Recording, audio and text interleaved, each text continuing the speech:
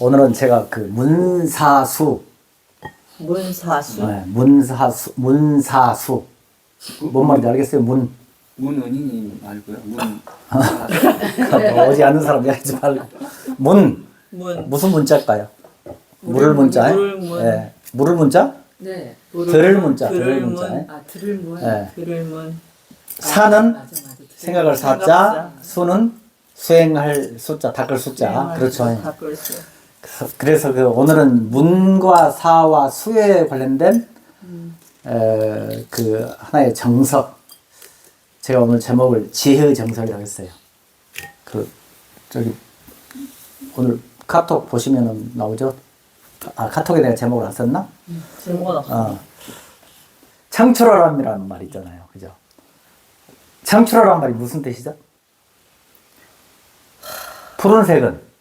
쪽에서 나오는데 더 푸르다? 예. 아니요, 비슷해요.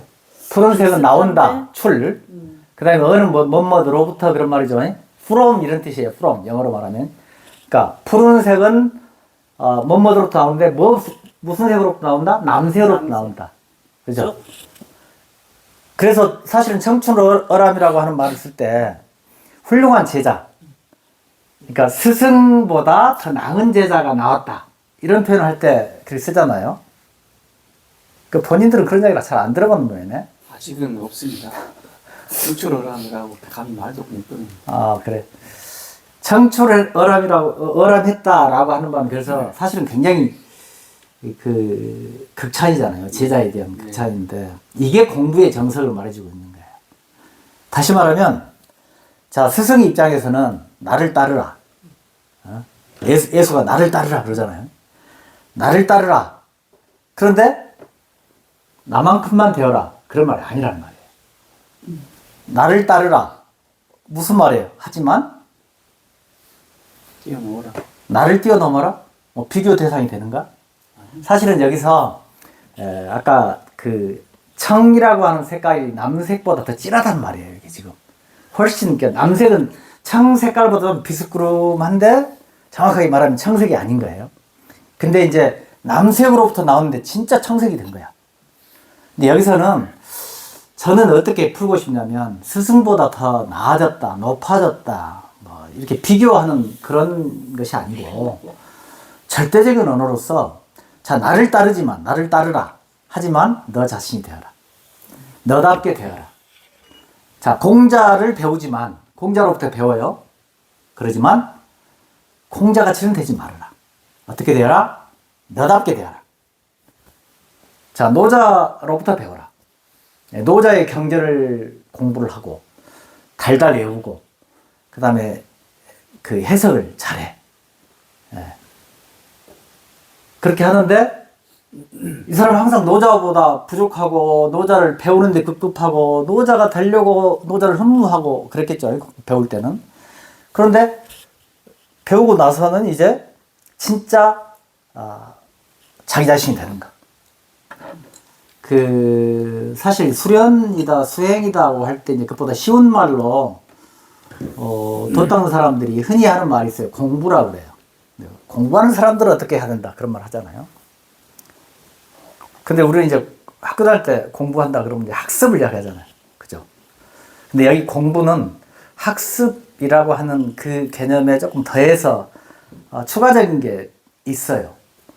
공부가 한자로 어떻게 되냐면 어떻게 돼요? 우리 그 공학할 때 공자, 장인 공자, 그죠?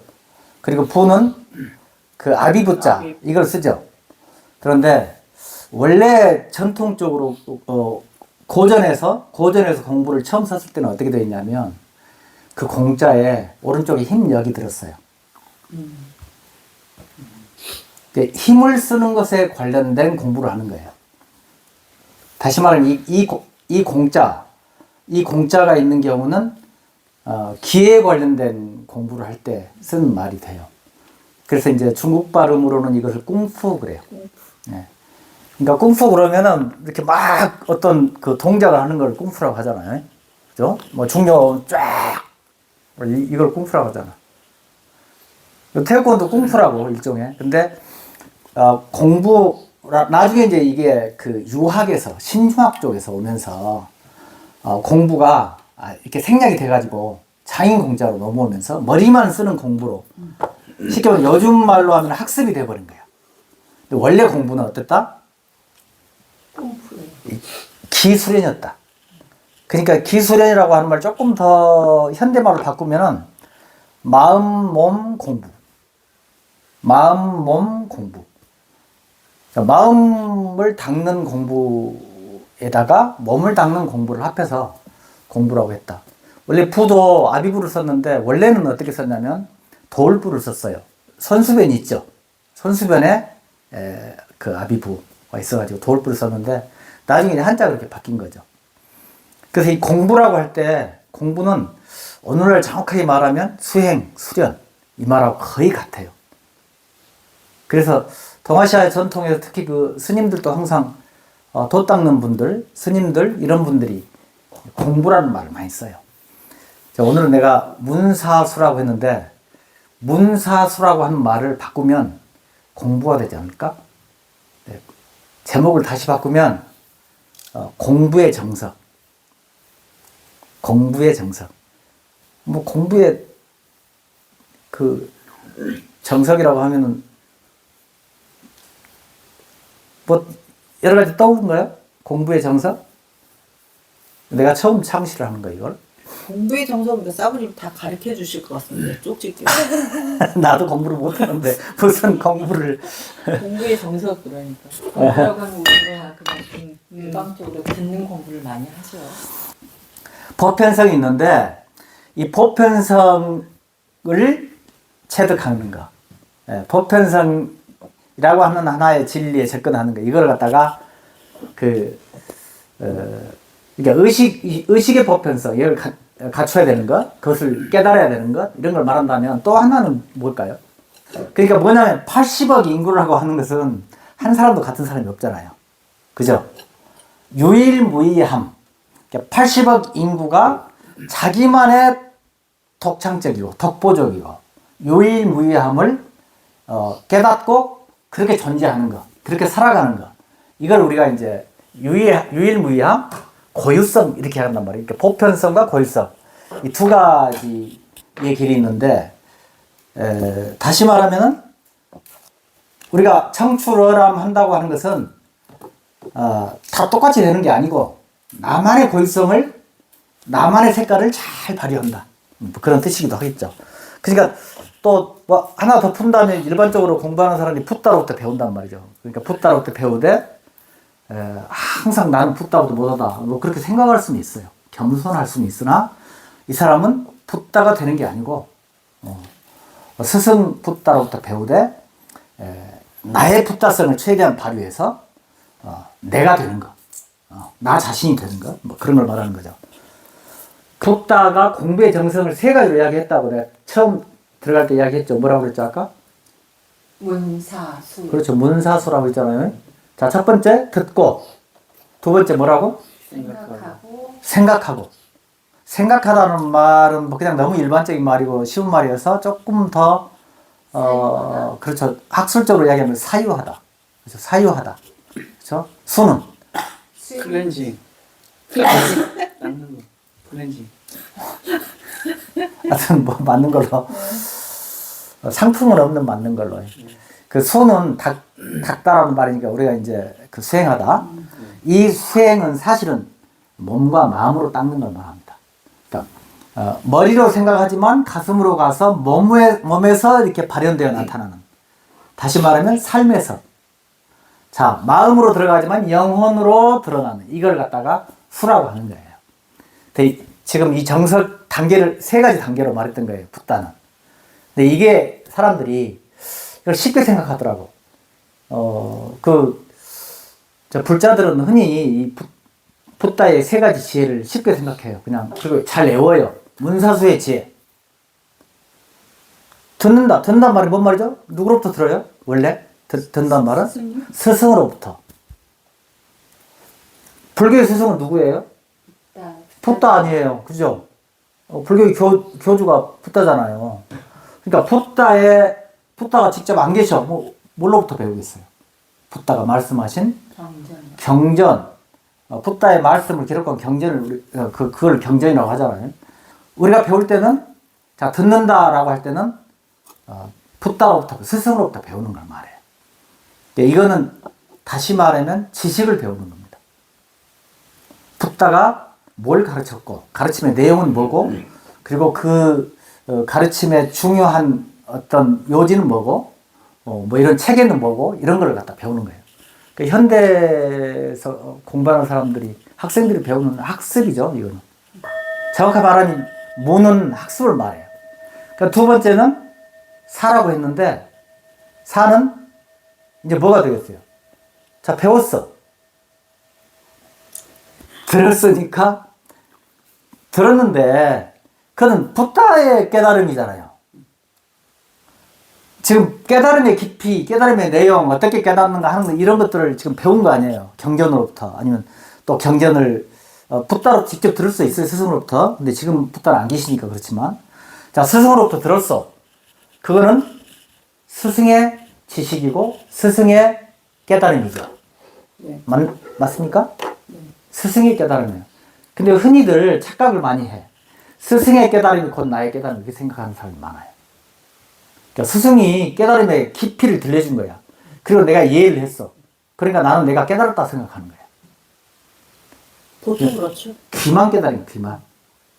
지금 이해를 한 거야. 스승의 말씀을, 그 스승의 깨달음의 그 깊이, 깨달음에 들려주는 스승의 지식을 내가 이제 소화를 시켰다. 이해를 했다. 그런 뜻이잖아요. 그런데 이제 그 다음에 사는 뭐냐면 그것을 나의 방식으로 대입을 시키는 거예요. 그러니까 스승이 가르치는 가르침의 내용을 가지고 나의 깨달음이 뭔지 자기만의 사유법을 가지고서 그 지식 체계가 나만의 사유법으로 재창조되는 거. 재생산된다고 할까? 그러니까 나의 독창적인 사유로 바꿔지는 걸 말해요. 그러니까 스승이 말씀하신 건 어떻게 보면 객관적이다 이렇게 말하면 그 지식은 객관적이라고 말하면 내가 지금 소화해가지고 내 것이 되면은 나만의 사유법으로 되면은 이게 뭐가 되겠어요? 주관적. 이걸 주관적이라고 하잖아요. 그렇죠? 주관적인 공부. 이걸 이제 사라고 한단 말이에요. 우리가 일반적으로 창조적 사유 그렇게 이야기하죠. 그런데 이제 일반적으로는 이 사를 이야기할 때 속담이 하나 있어요. 구슬이 서말이라도 깨어야 법이다. 그렇죠? 이렇게 다양한 정보와 지식을 다 주워 듣고 이렇게 내가 정리를 했어요. 그런데 그걸 가지고서 내 방식으로 깨어야 돼. 내 방식에 박사 논문을 써야 한단 말이에요. 이런 걸 가지고 우리가 이제 사라고 하는 거죠. 그러니까 나만의 독창적 사유가 없으면 이 사람은 사실 진정한 의미에서 철학자도 안 되고 학자도 안 되고 지식인도 안 되는 거예요. 요즘 말로 하면 최소한 박사급 정도 되면 이 사회 경지를 넘어야 돼요. 그죠? 그냥 이렇게 배우는 것만 가지고는 안 돼. 세간에 통하는 지식, 정보 가지고는 안 된다고. 그러니까 박사가 되려면 적어도 나만의, 그러니까 많은 사람의 그 논문이나 지식 체계를 인용하잖아요. 그러다 이것이 나의 체계로, 나의 독창적 사유로, 나의 학술적인 체계로 정립이 돼서 창조적 사유로 바꿔줘야 되잖아요. 여기 이제 사람 말이에요. 중요한 것은 이제 우리 같이 수련하는 사람들 입장에서 보면은 수가 제일 중요해. 만약에 문과 사만 있다면 수가 없다면 이론은 있는데 실천이 없는 거예요. 그렇잖아요. 그러니까 이 수라고 하는 것은 그 우리가 배운 지식, 그 사유 이것을 내면화하는 거예요. 내면화하는 건데 내면화가 어떻게 돼요? 실천을 해서 되는 거예요. 실천, 우리가 일반적으로 실천한다는 말을 뭘로 바꿀 수 있냐면 경험한다. 경험한다. 그러니까 그 지식에 진실이 있을 거 아니에요. 근데 그 이론이 있을 거 아니에요. 그죠? 내가 지금 사유를 했어. 그런데 그 사유가 나에게 내면화 되기 위해서는 어떻게 해야 돼? 그것이 경험으로서 체득이 돼야 된다. 그러니까 이론은 진실이 아닙니다. 뭐 대단한 이론이 있다고 그 나한테 진실이 아니에요. 그리고 그 진실은 내가 경험되어서 경험을 통해서 나에게 내면화되면서 지혜로 나타날 때만 진실이 돼요. 그러니까 우리가 이제 일반적으로 무슨 대단한 이론을 주장하는 사람 다양하게 많잖아요. 그죠? 내가 나한테 검증이 되지 않으면 그건 진실이 아닌 거예요. 그러니까 검증이 됐을 때 그것은 무슨 말이냐면 경험으로서 나에게 진실이 확인됐을 때 이걸 갖다가 우리가 수라고 해요. 수. 그러니까 다시 말하면 이제 문은 머리로 들어요. 실은 머리로 듣는 거예요. 사는 나의 이제 듣는 객관적인 머리가 나의 주관적인 머리로 바뀌어지고, 그 다음에 이제 수는 뭐냐면 이게 몸으로까지 오는 거예요.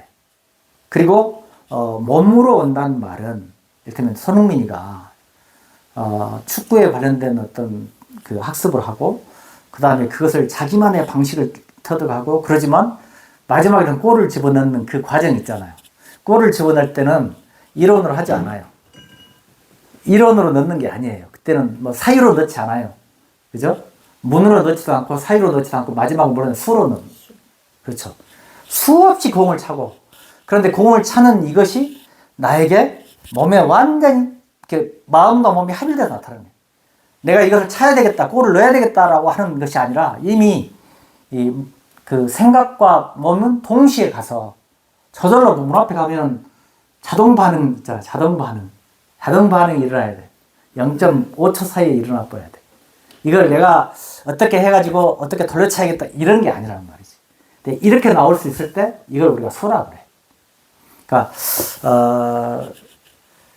그 수라고 하는 것에 이르러야 공부는 진실로 지혜에 이르렀다. 지혜로 나타났다. 이렇게 말하죠. 또 다른 분 혹시 아까 제가 그 공부의 정석, 지혜의 정석. 그래서 이게 붓다의 사실 지혜의 정석이거든요. 붓다가 세 가지 지혜라고 하는데 어떤 사람들은 그럼 문을 닫고 나서 또 사를 닫고 나서 수를 닫아야 되는데 나는 문밖에 못했어. 그런 말을 하는 사람이 있더라고. 그렇게도 되나? 굳이 분리해서. 이게 단계가 있는 건 사실이에요.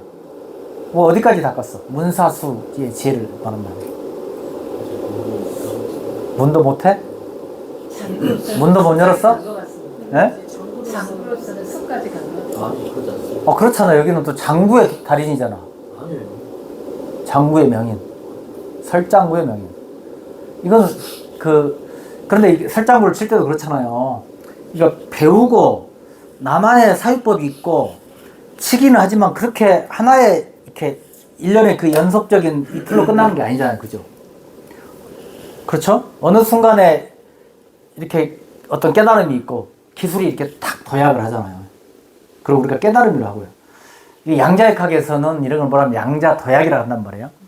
절대 깨달음은 이렇게 연속적으로 일어나지 않아요. 이렇게. 그래서 불연속성 아니면 비연속성 그런단 말이에요. 퀀텀 시퀀시. 그렇죠. 예. 뭐 퀀텀 시퀀스하고 좀 다른 것 같은데 어떻든 이 퀀텀이 도약을 해버려요. 그러니까 이 시간이 없이 갑자기 도약을 한단 말이지. 근데 그 깨달음처럼 문사수도 그렇게 일어나요. 이거를 옛날에 철학에서는 변증법 철학에서는 변증법적인 어떤 뭐랄까요? 진화? 뭐 이렇게 설명할 수 있어요. 그러니까 문이 되고 사가 되고 수가 되고 다시 문으로 돌아와요. 그 다음에 다시 이게 이렇게 나선형으로 뭐 이렇게 가는 방법을 과거에 뭐 변증법으로 설명을 했는데 요즘은 저는 그렇게 설명하는 것보다 오히려 양자도약으로 설명하는. 그러니까 널뛰기 하잖아요. 널뛰기 하면 툭 뛰어오르는 거. 그렇죠? 그런 방식으로 이게 갑자기 툭 올라가고. 그러니까 어느 정도 처음에는 문사수가 진행이 없는 것 같아. 그만 하는 것 같고 답답해. 스트레스 받아 공부하는 게 왜 이렇게 힘들어. 그죠? 그래서 어느 날 갑자기 툭 터진단 말이야. 뭐 그와 같은 거. 혹시 질문 있으면 질문하세요. 이렇게 각계 같은 오래 한 길을 걷는 사람들이 갖고 있는 그게 문이고 사고 수가 아니라 이렇게 섞여 있잖아요. 그렇죠. 그럼요. 오랜 세월 하다 보면 그러니까 기술적인 측면이 예로 들면 피아노도 배워서 피아노 쳐서 이렇게 정석대로 이렇게 가면 잘할 수 있는 사람도 있고 전혀 안 배우는데도 막 치다 보니까 어느 순간에 이렇게 잘 치는 사람도 있거든요. 그러니까 좀 나름대로 다 약간 다른 것 같아요. 꼭 문사수의 길이 아니고 이게 섞여 있다는 생각이 저는 들어서. 이제 독학하는 것을 말하는 것 같은데 사실은 독학도 그런 절차가 있어요. 그런 과정이 있어요. 좀 다른 방식으로. 이를테면 제도권에서 이렇게 정형화된 스승과 제자로부터 이렇게 그 전수받는 이런 방식이 아닌 또 다른 방식이 있을 수 있고요. 옛날에 저기 스승, 구루와 제자 간에, 사부와 제자 간에 이렇게 1대1로 전승되는 방식도 있지만 서양에서는 시스템적인 교육이 이루어지잖아요. 뭐 클래스로 이렇게 이루어지는 교육이 있잖아요. 뭐 그와 같은 방식도 있을 거고, 또 저도 좀 그런 편이긴 한데 약간 그 산에서 혼자 독야청청 해버려. 그런 방법도 있어요. 근데 사실은 전혀 도움을 받지 않고 문해 과정이 없다거나 자기 사유의 과정이 없거나 그러진 않아요. 그러니까 그런 경우도 독학이라고 하는 하나의 과정도 역시 이 공부의 정석을 따른다. 이렇게 생각하시면 맞을 것 같아요. 예. 한석봉 어머니가 이렇게 그 떡을 썰을 때 뭐 그런 것도 하나의 그런 과정이 있지 않을까? 그런 생각이 들고요. 근데 특히 사실은 우리가 의식의 존재라고 하는 것을 잊으면 안 돼요. 우리 존재는. 그렇게 보면은 생각에서 영혼으로. 지금 이 발전 과정이 그래요. 생각에서 영혼으로. 마음에서 영혼으로. 마음에서 몸으로. 몸과 영혼은 여기서 동일시되고 있어요. 그러죠. 그 다음에 지식에서 지혜로. 우리가 수련한다, 공부한다 이럴 때 보통 그 공부의 목적을 이야기하라고 하면은 지혜라고 그래요. 사랑과 지혜, 지혜와 자비. 뭐 그러잖아요. 되게 그 영적 수련의 전통에서는 공부의 목적 그러면 지혜와 사랑 그렇게 얘기한단 말이에요. 그러니까 지혜와 사랑은 여기서 동전의 양면입니다. 같은 거예요. 그렇게 보면은 지식에서 지혜로 가는 이 과정을 문사수로 표현했다.